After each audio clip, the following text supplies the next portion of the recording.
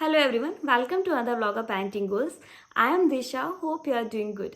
तो आज मैं आपसे बात करने वाली हूँ एक ऐसे टॉपिक पे जो मुझसे बहुत सारे लोगों ने पूछा है और आपके दिमाग में सबसे पहले, न्यू पेरेंट्स के दिमाग में एक क्वेश्चन सबसे पहले आता है। बेबी होने के बाद ही सबसे पहले एक क्वेश्चन आता है और वुड बी पेरेंट्स के दिमाग में भी कहीं ना कहीं क्वेश्चन रहता है। मुझसे बहुत सारे लोगों ने पूछा है कि बेबी को काउ मिल्क कब देना चाहिए, कैसे देना चाहिए, क्यों इंट्रोड्यूस करना चाहिए, क्यों इंट्रोड्यूस नहीं करना चाहिए, अगर हम कर रहे हैं तो किस परसेंटेज में, किस वॉल्यूम में हम अपने बेबी को काउ मिल्क इंट्रोड्यूस करना चाहिए।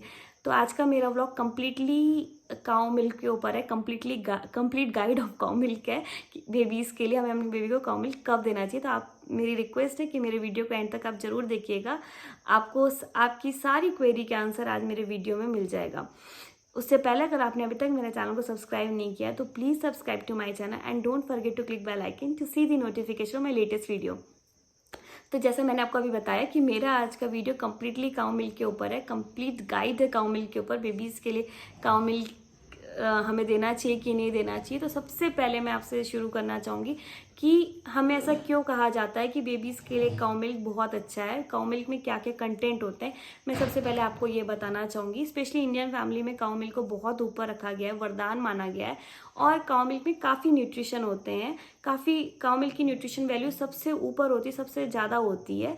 तो चलिए मैं आपको बताऊंगी कि काउ मिल्क में होता क्या है। काउ मिल्क में कैल्शियम होता है, प्रोटीन होता है, सोडियम होता है, विटामिन डी होता है और ये सारे न्यूट्रिशन सिर्फ काउ मिल्क में मिलता है। इसीलिए काउ मिल्क को काफ़ी हाई न्यूट्रिशन वैल्यू माना गया है, काउ मिल्क को इसीलिए वरदान माना गया है। तो अब मैं आपको बताना चाहूँगी क्या हमारे बेबीज़ के लिए काउ मिल्क सेफ़ है कि नहीं है, कौन से एज ग्रुप के बच्चों को हमें काउ मिल्क देना चाहिए। तो काउ मिल्क का न्यूट्रिशन वैल्यू सबसे ऊपर है, पर फिर भी हमें अपने बेबी को 0 to 6 month specially cow milk बिल्कुल नहीं देना चाहिए। इवन 0 to 1 मंथ तक अपने बेबी को काउ मिल्क नहीं दे सकते तो बहुत ज़्यादा अच्छा है।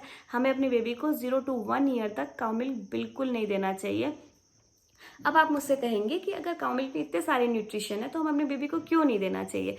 काउ मिल्क में बहुत सारे न्यूट्रिशन है, पर एक बच्चे के लिए उसकी माँ का दूध ही सबसे ऊपर होता है, सर्वोपरि है और उसका कोई कंपटीशन नहीं है काउ मिल्क से। एक बच्चे के लिए उसकी माँ का दूध ही सबसे उत्तम माना गया है। और अगर मदर किसी रीज़न से ब्रेस्ट फीड नहीं करा पा रही, मैंने हमेशा अपने वीडियो में कहा, तो आप अपने बेबी को फॉर्मूला मिल्क दे सकते हैं, उसका भी न्यूट्रिशन ब्रेस्ट फीड के इक्वली होता है और पूरा कंटेंट सेम होता है। अगर आप अपने बेबी को ब्रेस्ट फीड नहीं करा तो आप फॉर्मूला मिल्क दे सकते हैं, पर आप अपने बेबी को काउ मिल्क उसका ऑल्टरनेटिव मत समझिए। 0 to 1 ईयर तक आप अपने बेबी को ब्रेस्ट फीड में या फॉर्मूला मिल्क में ही रखिए। अब आप मुझसे बोलेंगे कि उसका न्यूट्रिशन वैल्यू इतना अच्छा है तो फिर हम क्यों नहीं दें।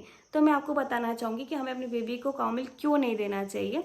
सबसे पहले मैंने आपसे कहा था क्योंकि काउ मिल्क में काफ़ी कैल्शियम होता है, तो इतना ज़्यादा कैल्शियम बॉडी डाइजेस्ट नहीं कर पाती, छोटा बेबी, उसका डाइजेस्टिव सिस्टम इतना डेवलप नहीं होता है। और कैल्शियम इतना ज़्यादा हम कैल्शियम अपने बेबी को अगर इंट्रोड्यूस कर देंगे तो वो आयरन डेफिशिएंट बना देता है और ये आयरन डेफिशिएंसी इतनी ज़्यादा हो जाती है कि बेबी आगे चल के भी आयरन एब्जॉर्ब नहीं कर पाता है और वो बड़े होने के बाद भी आयरन डेफिशिएंट हो जाता है। इसीलिए हमें अपने बेबी को काउ मिल्क इंट्रोड्यूस नहीं करना चाहिए।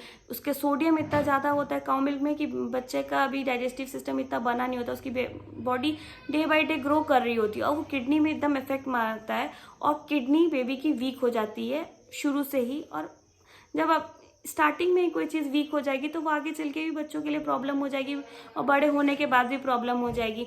इसीलिए हमें अपने बेबी को काउ मिल्क नहीं देना चाहिए।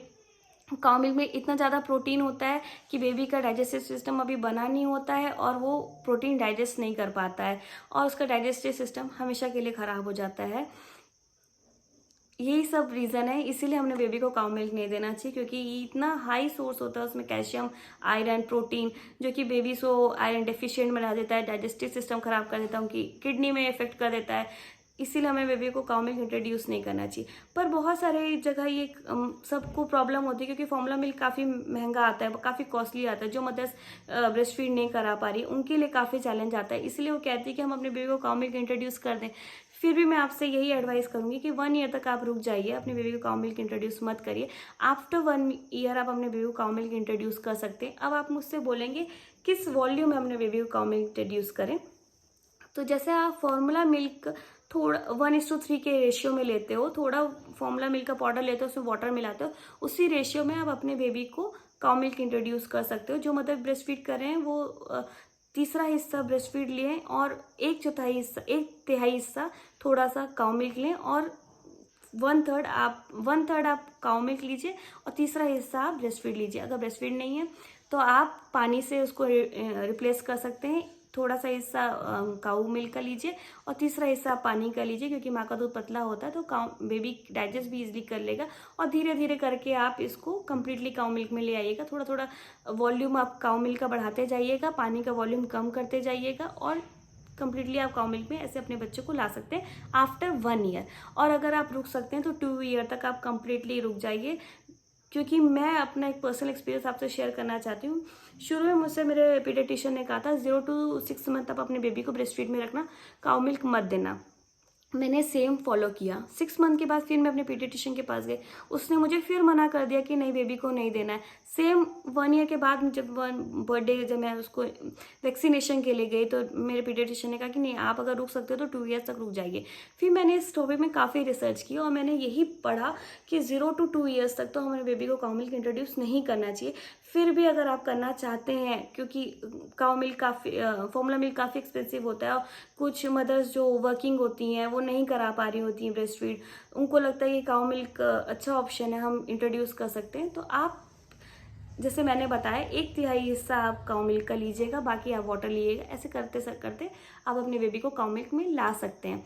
इसमें आपको कुछ बातों को और ध्यान देना है। आपको देखना है कि एक बेबी की हेरिडिटी में, मतलब आपको पेरेंट्स को या ग्रैंड पेरेंट्स को अगर डेयरी प्रोडक्ट से एलर्जी है, लैक्टोज से एलर्जी है, तब भी उस कंडीशन में आप अपने बेबी को काउ मिल्क इंट्रोड्यूस मत करिएगा।